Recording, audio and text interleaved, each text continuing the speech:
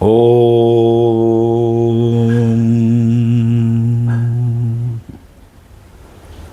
भगवत्यै योनिस्वरूपिण्यै नमः। जय माँ कामाख्या। अभी 22 जून से अम्बुबाची मेला असम के गुवाहाटी में भगवती कामाख्या मंदिर में शुरू हो रहा है और ये प्रख्यात मेला है। मेला नाम उतना उपयुक्त नहीं है, इसका मूल नाम अम्बुवती पर्व है। अम्बुवती का अर्थ है रजस्वला, अर्थात जिन दिनों में यह पर्व मनाया जाता है उस समय भगवती को ये माना जाता है कि भगवती रजस्वला होती हैं।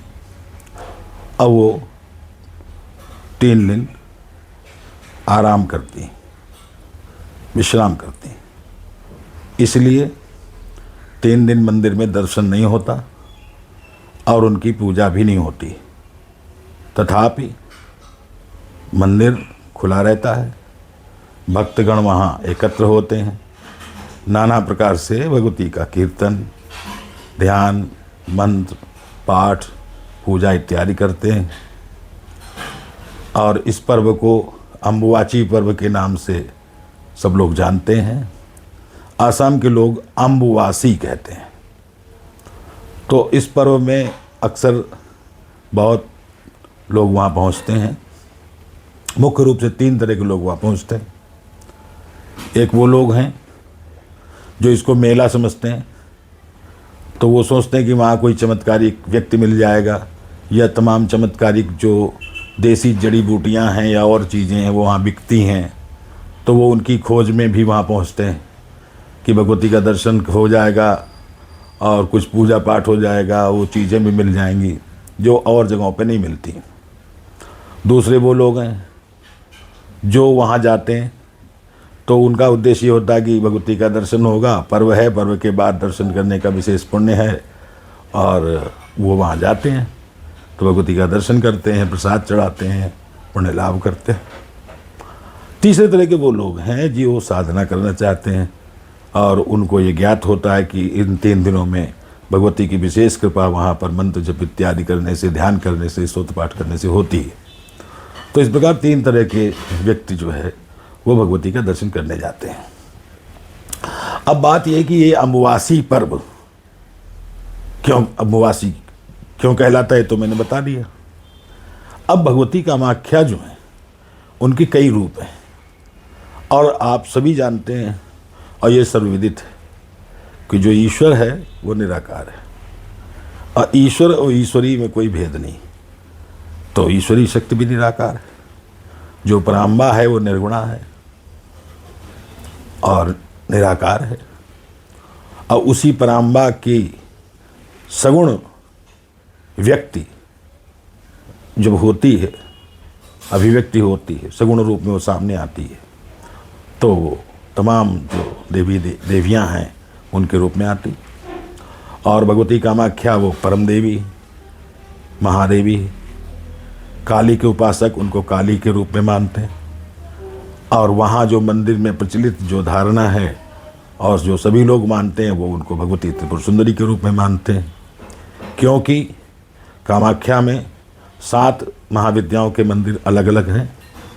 उनमें काली, तारा, छिन्नमस्ता, भैरवी, धूमावती, बगलामुखी और भुवनेश्वरी, ये मंदिर से बाहर अलग बने हुए हैं, अलग अलग जगहों पे वहीं आसपास ही। और 3 जो देवियां हैं 10 महाविद्याओं, उसमें भगवती त्रिपुरा स्वयं कामाख्या हैं और भगवती मातंगी और भगवती कमला उन्हीं के बगल में उसी गर्भगृह में लक्ष्मी और सरस्वती के रूप में पूजी जाती हैं। तो इस प्रकार उस गर्भगृह में जहाँ भगवती का दर्शन करने हेतु लोग पहुँचते हैं तो वहाँ 3 जो महाविद्याएँ हैं उनकी सन्निधि है। अब बात आती कि अम्बुवासी ये शब्द कहाँ से आया और अगर कामाख्या हैं तो कामाख्या क्या हैं। सगुण रूप में उनके तमाम ध्यान हैं, मूर्तियाँ हैं, सामान्य ध्यान है, निर्गुण ध्यान है भगवती का। और अम्बुवासी शब्द कहाँ से आया, तो एक प्रचलित पुराना श्लोक है जिसमें भगवती के बारे में कहा गया है, योनि मात्र शरीरा या अम्बुवासिनी कामदा रजस्वला महातेजा ध्येया कामाक्षी सर्वदा। माने उनका शरीर योनि मात्र है, अम्बुवासिनी वो जल में रहती हैं, कामदा कामनाओं को देने वाली हैं, रजस्वला हैं, महातेजा तेजोमयी। और इस प्रकार उनका ध्यान करना चाहिए भगवती कामाख्या का। तो ये तो बात हुई कि ये पर्व का जो मूल शब्द है अम्बवासी वो क्या है।